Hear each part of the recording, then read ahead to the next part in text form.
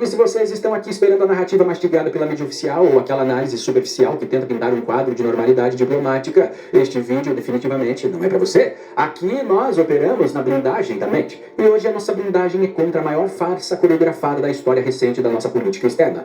O que o mundo testemunhou hoje em Washington não foi um encontro entre dois chefes de Estado. Foi um exercício brutal da contenção de danos de um lado e de imposição de soberania do outro.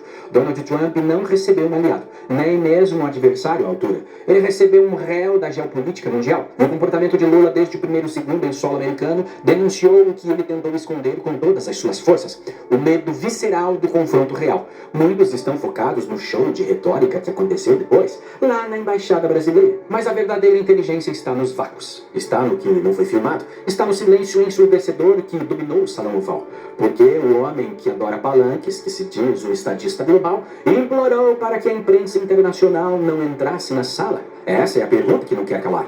Por que o líder que diz falar grosso com o imperialismo escolheu o isolamento absoluto diante das câmeras na Casa Branca? Hoje eu vou te mostrar que a soberania do Lula terminou na calçada de entrada da Casa Branca. Vamos analisar os fatos brutos com a frieza técnica que o sistema odeia. Existe um protocolo rigoroso na Casa Branca para visitas de Estado. O padrão é o chamado pool de imprensa. Os líderes sentam, trocam palavras protocolares, respondem 2 ou 3 perguntas rápidas e depois partem para o privado. Mas o Lula operou o que nós chamamos de manobra de autodefesa por omissão. Ele utilizou a tática do atraso proposital. Ao sair da embaixada fora do timing previsto, ele criou um pretexto perfeito para pular a parte pública. Isso não foi um erro de agenda ou trânsito em Washington. Foi uma manobra desesperada para evitar contraste. Lula sabia que a imprensa internacional, que ao contrário da nossa não é adestrada por verbas publicitárias, faria perguntas letais. Perguntas que ele não pode responder sem destruir sua própria narrativa interna. Imagine o cenário: um jornalista do Daily Wire ou da Fox News perguntando ao presidente Lula como o senhor explica ter chamado o homem sentado ao seu lado de nazista e fascista há poucos meses?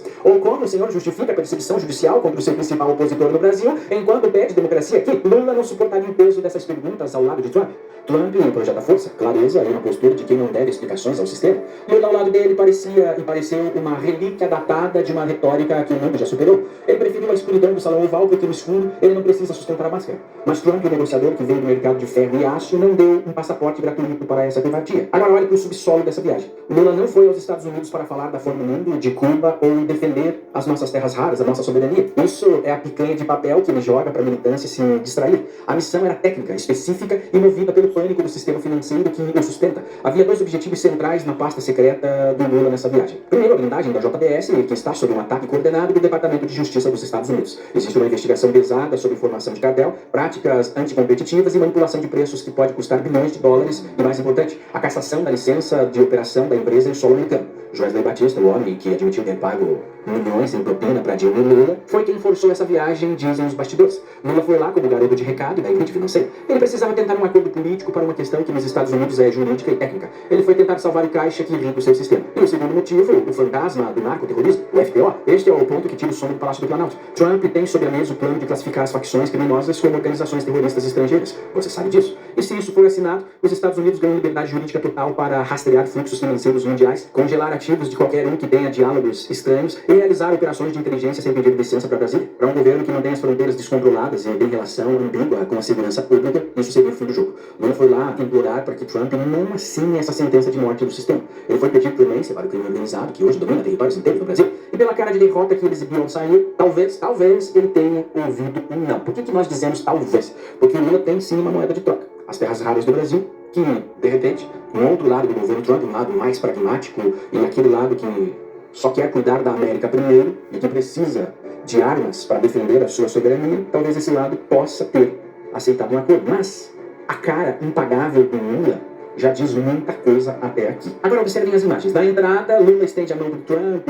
para fazer aquele gesto de longos amigos, mas Trump dá até uma recuada. Mas na saída, dizem muitas coisas. Não há sorrisos, não há joinha que o Lula sempre usa para fingir sucesso. O que nós vimos foi um homem envelhecido pelo peso da realidade, com o olhar perdido, sendo escoltado para fora, enquanto Trump, com um comunicado protocolar e gélido, encerrava o assunto. Trump publicou em uma nota dizendo que o encontro foi dinâmico. No vocabulário de inteligência de Trump, dinâmico é um código para alguém que se mexe muito para tentar escapar, alguém que é imprevisível e que precisa ser deliberado de perto. Ele não chamou de eficiente, ele chamou de um personagem que tenta jogar em 2 lados. E então veio o golpe final da nota, especialmente as tarifas. Isso é um ar engatilhado. É Trump dizendo: eu sei que você veio pedir pedir para os seus amigos empresários e a minha resposta é pressão econômica. O contraste beirou ridículo quando Lula chegou na Embaixada Brasileira. Ali cercado por seus ministros puxa-sacos e por sua claque segura, ele tentou engrossar a voz. Disse que peitou Trump, que falou de Cuba, que mandou Trump não invadir ninguém, que deu lição de moral sobre as riquezas brasileiras. Mas, meus amigos, isso é valentia de embaixada? A cara do Lula dizia que ele tinha acabado de comer algo que não gostou. Porque se ele tivesse falado 10% disso dentro do Salão Oval, ele teria saído de lá em uma coletiva conjunta para reafirmar sua soberania perante o mundo. Mas ele ficou quietinho no palácio e gritou na embaixada. Isso tem um nome: covardia diplomática. Ele fugiu do registro histórico da imprensa mundial para poder mentir para o público brasileiro em solo seguro com o apoio da Globo. Então, meus amigos, fiquem atentos. Foi apenas o primeiro dia, não sabemos ainda dos detalhes que vão ser vazados nas próximas 24 e 48 horas, vazamentos controlados pelo próprio governo americano e por infiltrados na própria comissão do Lula. Então, vamos aguardar, mas o que nós temos para hoje foi isso: um encontro frio, com o Lula visivelmente constrangido, visivelmente incomodado, com aquela cara de quem comeu algo que não fez bem para o estômago. Então, fiquem atentos. E para acompanhar aquilo que é censurado, que nós não podemos falar aqui, quero te convidar para o nosso bunker de inteligência. QR Code na tela, link na descrição, no primeiro comentário fixado. Lá o nosso território é soberano, ninguém na canetada pode nos tirar do ar. O que aqui nós não podemos dizer porque estamos em terreno alugado. Então, meus amigos, blindem as suas mentes. E eu criei um canal de séries e filmes, com a nossa equipe, para trazer para você o melhor do cinema sem cultura. Intrigante do presidente brasileiro chamou a atenção ao afirmar que o país só começaria a combater o crime na semana que vem, deixando implícito que quem escapou até agora, escapou. Então, o ponto é o seguinte: é muito sério. A partir da semana que vem, vamos lançar um plano de combate ao crime organizado, que é para valer. Quem escapou até a semana que vem, tudo bem, mas quem não escapou não vai escapar mais. Esse tipo de declaração, vinda de um chefe de Estado, pode ter efeito direto sobre a criminalidade, já que criminosos podem se sentir motivados a praticar atos ilícitos, diante da percepção de uma janela de impunidade. A contradição é evidente. Ao mesmo tempo em que o mandatário promete endurecer o combate, ele abre espaço para interpretações difusas, que podem soar como um sinal de tolerância temporária. Em vez de reforçar a urgência do enfrentamento, o aviso de combate apenas em data futura cria um vácuo perigoso capaz de fortalecer o crime organizado justamente no momento em que o Comando Sul dos Estados Unidos, junto com aliados como Paraguai e Equador, avançam no escudo das Américas. Mas o que de fato está por trás da fala do atual presidente brasileiro é o que vamos abordar neste vídeo. Sejam bem-vindos ao Vida no Quartel. Uma apuração do jornal Wall Street Journal já tem um tempinho, mas a gente traz aqui que é o retrato mais recente. Eles ouviram procuradores, ouviram órgãos de inteligência e já aponta a gente do PCC nesses pontinhos aqui amarelos, aqui no mapa: Tennessee, Flórida, Nova York, Massachusetts, Connecticut, Nova Jersey. Massachusetts já com denúncias recentes com pessoas que são apontadas lá como ligadas ao PCC. Os Estados Unidos já constataram com provas e análises que o PCC atua em pelo menos 6 estados norte-americanos. Esse dado reforça a pressão da Casa Branca sobre o Brasil, que insiste em não classificar oficialmente as facções brasileiras como organizações narcoterroristas. O presidente brasileiro, Luiz Inácio Lula da Silva, entregou a Donald Trump, presidente dos Estados Unidos, um documento com argumentos contrários à classificação de facções criminosas, a exemplo de PCC e Comando Vermelho, como organizações terroristas. Essa postura gera atrito, pois enquanto Washington exige medidas duras e imediatas, o governo brasileiro adota um discurso que soa contraditório e tardio diante da gravidade da situação. A provável pressão imposta por Donald Trump durante o encontro com o presidente brasileiro mostra que o aviso foi dado de forma clara. Se não houver medidas eficazes de combate aos cartéis nacionais, os Estados Unidos podem intensificar sua própria ofensiva. Nesse cenário, embarcações utilizadas pelo tráfico na costa brasileira podem ser bombardeadas, assim como já ocorre em outros países da região, onde o Comando Sul vem utilizando drones de monitoramento e drones de ataque, além de destroyers, caças e helicópteros furtivos. Esse contexto coloca o Brasil em uma encruzilhada estratégica.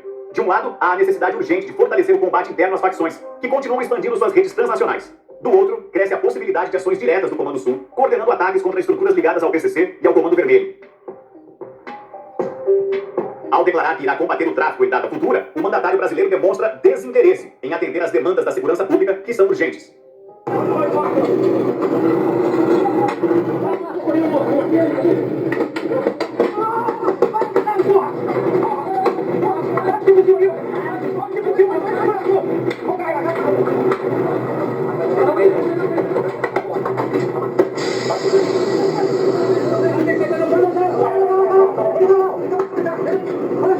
A partir da semana que vem, vamos lançar um plano de combate ao crime organizado, que é para valer. Quem escapou até a semana que vem, tudo bem, mas quem não escapou não vai escapar mais.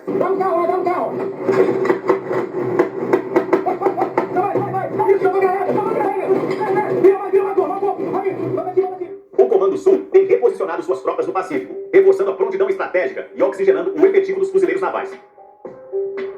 Esse movimento inclui o acionamento dos Marine Raiders, a tropa de elite dos fuzileiros norte-americanos, especializada em operações de infiltração, reconhecimento avançado e ataques cirúrgicos contra alvos de alto valor.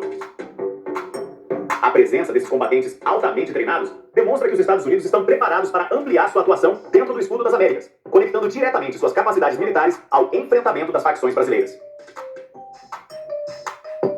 Os Marine Raiders contam com armamentos de última geração, como rifles de precisão, sistemas de visão noturna, drones táticos e equipamentos de comunicação criptografada. Além disso, são capazes de executar missões de contra-terrorismo, resgate de reféns e neutralização de líderes criminosos em ambientes urbanos ou marítimos. Essa versatilidade torna os Raiders peças-chave em qualquer operação conjunta, especialmente em cenários onde o PCC e o Comando Vermelho utilizam embarcações e rotas clandestinas para expandir suas atividades.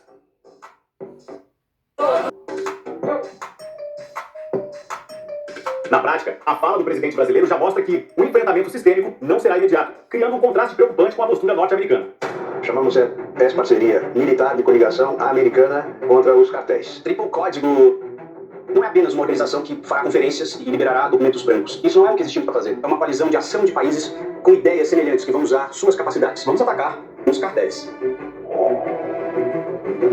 Enquanto o mandatário brasileiro sinaliza uma ação futura, o Comando Sul demonstra que está agindo agora, realizando ataques quase que diários contra os cartéis, além de manter tropas mobilizadas e forças especiais prontas para intervir. Essa discrepância entre o governo federal brasileiro e a ofensiva do Escudo das Américas reforça a pressão internacional e evidencia que, caso o Brasil não assuma uma postura firme, os Estados Unidos podem avançar unilateralmente contra estruturas ligadas ao narcotráfico em território ou águas brasileiras.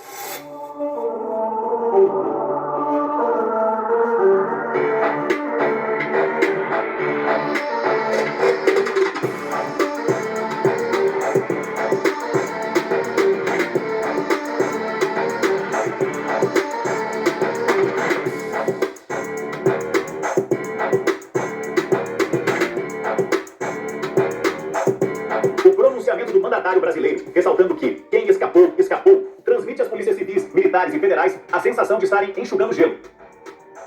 Essas forças se empenham em investigações exaustivas, enfrentam o combate urbano diário, sofrem baixas de policiais alvejados e realizam prisões que muitas vezes resultam em solturas sem explicação plausível. Quando o chefe de Estado sugere que o enfrentamento só começará em data futura, o impacto psicológico sobre os agentes da lei é devastador, pois reforça a ideia de que todo o esforço atual não encontra respaldo político efetivo. Por isso, o posicionamento do presidente brasileiro tem um peso muito maior do que se imagina. Ela reforça a necessidade de empregar as Forças Armadas no combate ao crime, conforme já previsto na Constituição Federal, além de ampliar o apoio internacional para fortalecer as polícias brasileiras com tecnologia, dados, inteligência e força militar integrada.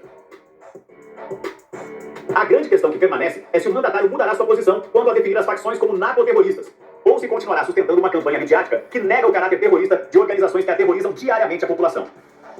Deixe aqui nos comentários seu tic-tac para as facções brasileiras que estão prestes a sofrerem um revés do Escudo das Américas, nunca visto antes no país.